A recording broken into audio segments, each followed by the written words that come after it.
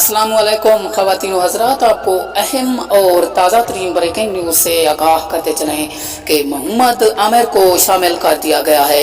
मोहम्मद आमिर का कहना है कि मैं इस बार 2022 एशिया कप में बहुत ज़्यादा ही विकेटें हासिल करूंगा और मेरी अशद ज़रूरत है।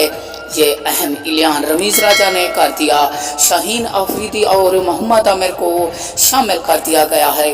2022 का एशिया कप मोहम्मद आमिर का कहना है इंशाल्लाह हम ही उठाएंगे और हम दो बोरों की पाकिस्तानी क्रिकेट टीम को शदीद कमी थी और वो कमी आप रमीज़ राजा ने पूरी कर दी और हमें शामिल कर दिया है।